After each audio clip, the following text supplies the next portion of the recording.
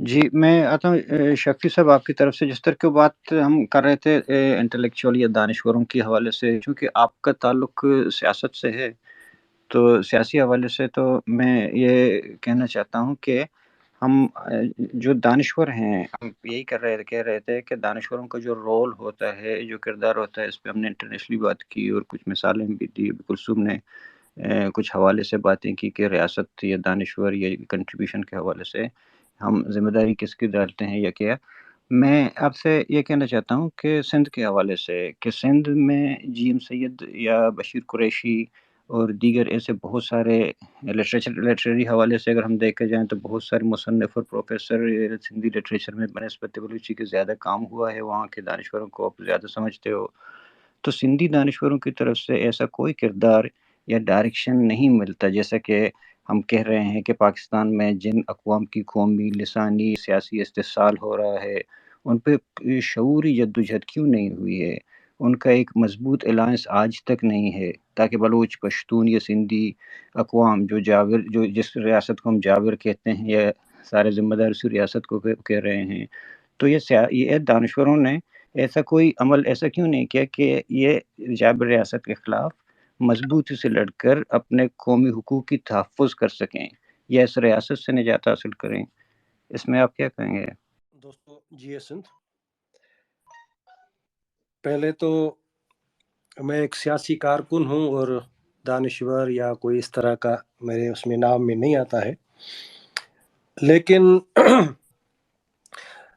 میں سمجھتا ہوں کہ عائشہ صدیقہ صاحبہ ہوتی تو ہم کافی انہوں نے جو کچھ کہا اور جو بھی ہمارے دوست ساتھی آپ لوگ سن رہے ہیں، بیسیکلی ہم اپنے اس نیریٹو کے دائرے سے ہٹ کر کافی باتیں کر رہے ہیں، حالانکہ جو ہمارا موضوع ہے وہ ہے قومی جدوجہد میں دانشوروں کا کردار، اور اس میں تاریخی طور پر ہم دیکھتے ہیں کہ اگر پوری دنیا کے جو انٹلیکچوئل ہیں، دانشور ہیں، انہوں نے اپنا جو ان کے اوپر تاریخ کا فرض تھا، ذمہ داری تھی کہ وہ ہزاروں سال سے جو مذہبی عقائد تھے جن میں دنیا پھنسی ہوئی تھی، اور وہ جو الہامی بشارتیں ہوتی تھیں ان میں سماجوں کو، قوموں کو، لوگوں کو قید رکھا جاتا تھا، اور سائنٹیفک جو سوچ ہے، جدید جو سوچ ہے، لبرل اور پروگریسو جو سوچ ہے وہ نہیں آ پا رہی تھی. اس لیے آپ دیکھیں گے کہ ایک بہت بڑی کھیپ جو ہے ان لوگوں کی، جدید پیغمبروں کی پیدا ہوئی جنہوں نے ان عقیدوں کے خلاف جدوجہد کی. اور وہ جو کہتے ہیں کہ زمین کے چوگرد سورج گردش کرتا ہے، تو انہوں نے کہا کہ ایسا نہیں ہے، زمین خود جو ہے وہ سورج کے گرد گھومتی ہے. اس لیے ان پرانے عقیدوں میں سے، ان بشارتوں میں سے، ان کرامات سے آپ باہر نکلے. یہ وہ چیز ہے جو گلوبلی ہے کہ ہیومن بینگ کے لیے ان لوگوں نے جس طرح کے پیمانے دانش کے اور علم کے، عقل کے، فہم کے رکھے تھے، وہ ایک علیحدہ بحث ہے. دوسری بات ہے کہ ہم تاریخی قوموں سے تعلق رکھتے ہیں، اور میں یہاں پر دو باتیں چھوٹی سی آپ لوگوں کے آگے رکھوں گا کہ رسول حمزہ توف نے کہا تھا کہ بھائی میری جو بین الاقوامیت ہے وہ میرے گھر کے آنگن سے شروع ہوتی ہے، اور شاہ لطیف نے کہا سائیم صدائیں کریں متھے سندھ سکار، دوست مٹھا دلدار عالم سب آباد کریں. یعنی اے میرے پروردگار،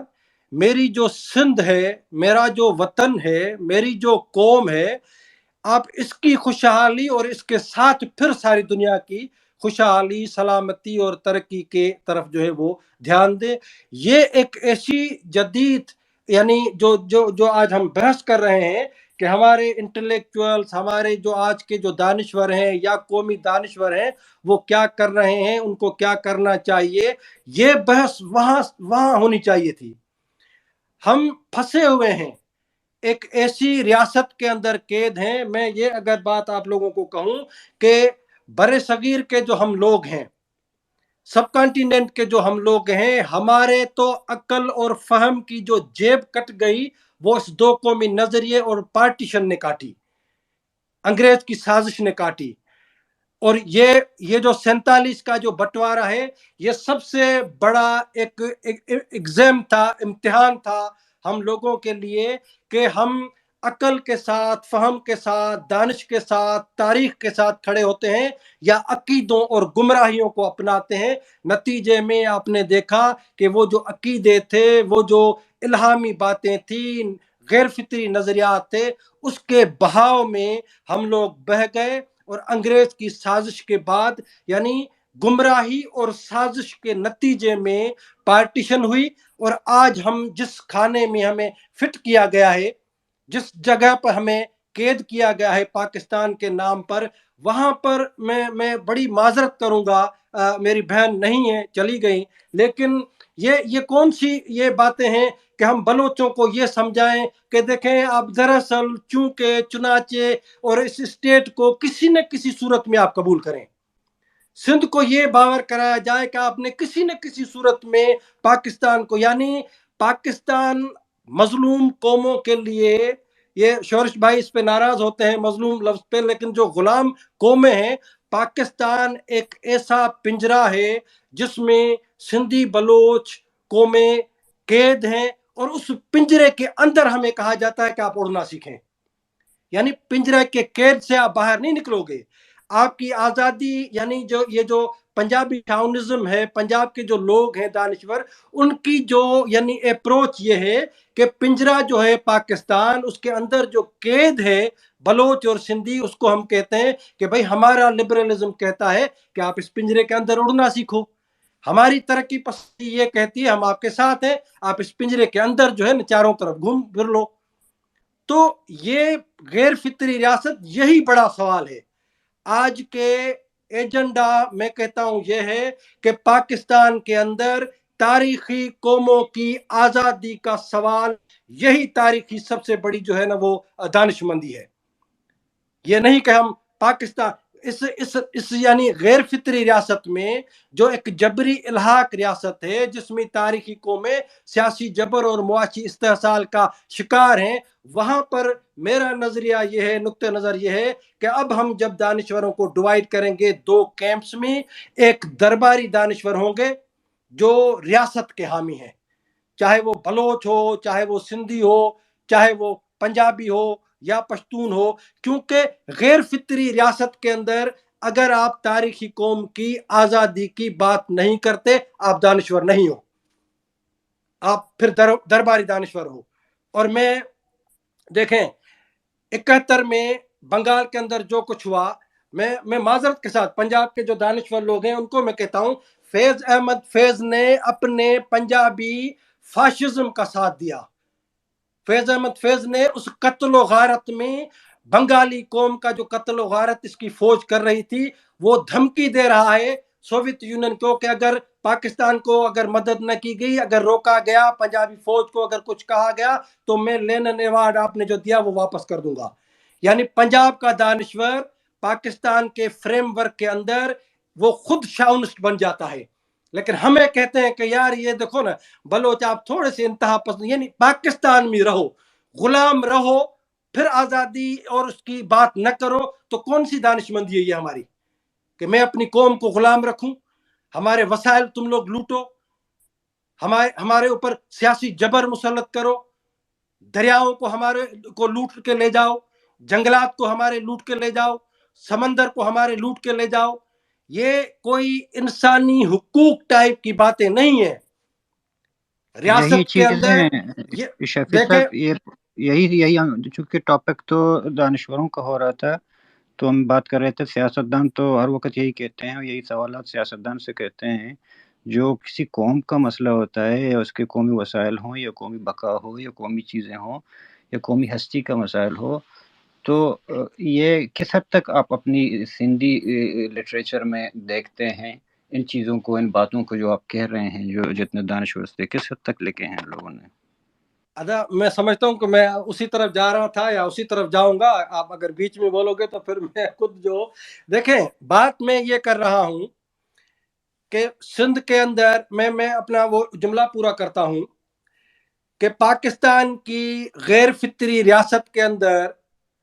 یعنی یہ بہت بڑا سوال ہے کہ جو مارکسزم کو ماننے والے تھے اور مارکسزم کو یہ جو سائنسی نظریہ کہتے ہیں،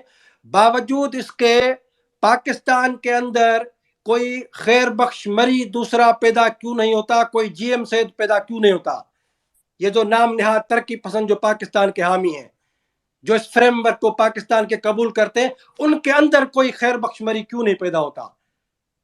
اور جی ایم سید پیدا کیوں نہیں ہوتا؟ اس لیے کہ یہ جو ہمارے دانشور ہیں، انہوں نے تاریخ کی ضروریات اور لوازمات کا ساتھ دیا تھا کہ مظلوم قوموں کی آزادی آج کا سب سے بڑا سوال ہے، مظلوم قوموں کی آزادی آج کی سب سے بڑی ترقی پسندی ہے۔ میں سندھ پہ آتا ہوں، ایسا نہیں ہے، آپ شاید کافی چیزیں آپ کو معلوم نہیں ہیں۔ سندھ کے اندر یعنی یہ جو پارٹیشن کی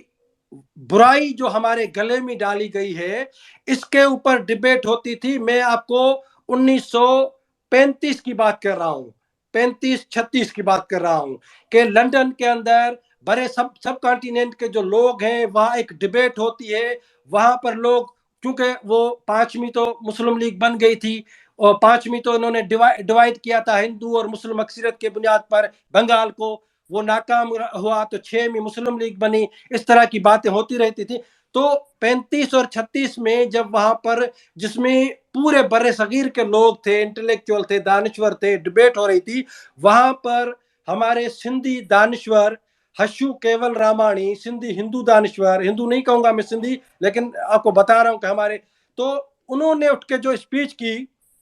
انہوں نے کہا کہ بھائی آپ جو کہہ رہے ہو کہ ہندو اور مسلم، ہم سندھی جو ہیں وہ ہندو اور مسلم نہیں، ہم ایک علیحدہ نیشن ہیں اور سندھ ہمارا وطن ہے۔ اس کے بعد، اس سے پہلے میں نے جیسے کہا شاہ بھٹائی کا میں نے شعر پڑھا، تو یہ تو 300 سال پہلے کی میں بات کر رہا ہوں۔ سائیں جی ایم سید کی میں بات کر رہا ہوں، جنہوں نے 70 کتابیں لکھی ہیں۔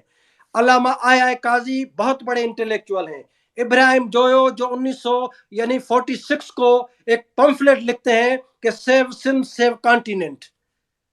تو ایسے نہیں ہے، سندھ کے اندر، سندھ کی تو یہی تو خصوصیت ہے کہ پولیٹیکلی ہمارے دانشوروں نے اسٹیٹ کے نیریٹو کو ڈیفیٹ کیا ہے سندھ نے۔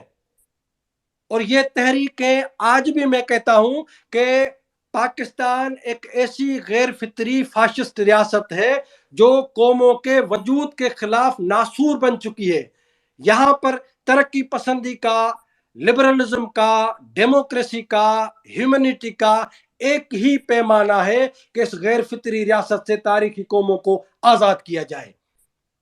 اور وہی میں دہراؤں گا کہ اتنے بڑے اگر فلسفی اور دانشور اور یہ پنجاب اور دوسرے، تو بھائی آپ کے ہاں خیر بخش مری کیوں نہیں پیدا ہوتا؟ کیونکہ وہ تاریخ کے ساتھ چل رہا تھا۔ آپ کے پاس جی ایم سید کیوں نہیں پیدا ہوتا؟ اور پشتونوں سے میں معذرت کروں گا کہ غفار خان کے بعد پشتونوں میں جی ایم سید اور خیر بخش مری جیسی شخصیت کیوں نہیں پیدا ہوتی ہے؟ تو ہم آج جو باتیں ہو رہی ہیں کہ درباری دانشوروں نے جو غیر فطری ریاست کے اندر ہمیں قید رکھ رہے ہیں، وہاں پر قومی تحریک جو ہے اس کا ایک ورکر جس نے چاہے کوئی کتاب نہ پڑھی ہو، اگر وہ یہ کہتا ہے کہ میں ایک بلوچ ہوں اور بلوچ کی آزادی تاریخی فرض ہے میرے اوپر، میں اسی کو دانشور سمجھوں گا۔ یہ نہیں کہ نام لیے گئے فلاں فلاں دانشور جو تھے وہ بلوچ نہ، بھائی وہ آزادی پسند تھا یا ہے یا نہیں ہے، یہ پیمانہ ہے۔ آج کے تاریخی قوموں کے اندر دانشوری کا پیمانہ یہ ہے کہ اگر آپ غیر فطری ریاست کے ساتھ نہیں ہو، آزادی کی بات کرتے ہو، چاہے آپ نے ایک کتاب کا ایک پنہ ہی کیوں نہ پڑھا ہو، آپ دانشور ہیں۔ لیکن آپ نے بڑے بڑے یونیورسٹیوں میں تعلیم لی ہے۔ ہمارے جو سندھ کے جو وڈیرے ہیں نا، یہ جو قومی اسمبلی اور صوبہ، یہ سارے باہر کے پڑھے ہوئے ہیں، یہ سارے امریکہ اور یو کے پڑھے ہوئے ہیں۔ لیکن ذوالفقار علی بھٹو اور بے نظیر سے بڑا پڑھا لکھا کون تھا؟ لیکن یہ کون سی پڑھائی ہے جو آپ کی قوم کی غلامی آپ کے دل میں درد نہیں جگا رہی؟ یہ کون سا علم ہے؟ میں اپنی بات کو یہاں ختم کرتا ہوں، شاید دوسرے دوست بھی بیٹھے ہوئے ہیں، کہ قومی جدوجہد میں دانشور وہ ہے جو اپنی قوم کی آزادی کے ساتھ سامراج سے کو ٹکرائے، اس کو للکار کرے اور وطن کی آزادی کے ساتھ کھڑا ہو جائے۔ جو کچھ پنجگور میں ہوا کل پرسوں، جو کچھ نوشکی میں ہوا، کیا کسی بہت بڑے دانشوروں سے یہ وہ ہمارے سرمچار کم تھے جنہوں نے وطن کے لیے اپنی زندگی قربان کر دی؟ میں آخر میں پھر وہی رسول حمزہ توف کے جملے کو دہراؤں گا کہ بھائیو، ہماری ترقی پسندی، ہماری دانشوری، ہماری ڈیموکریسی، ہمارا لبرلزم، ہماری جو ہیومینٹی ہے وہ ہمارے گھر کے آنگن سے شروع ہوتی ہے، اور ہمارے گھر کے آنگن کا نام آزاد بلوچستان اور سندھو دیش ہے۔ مہربانی۔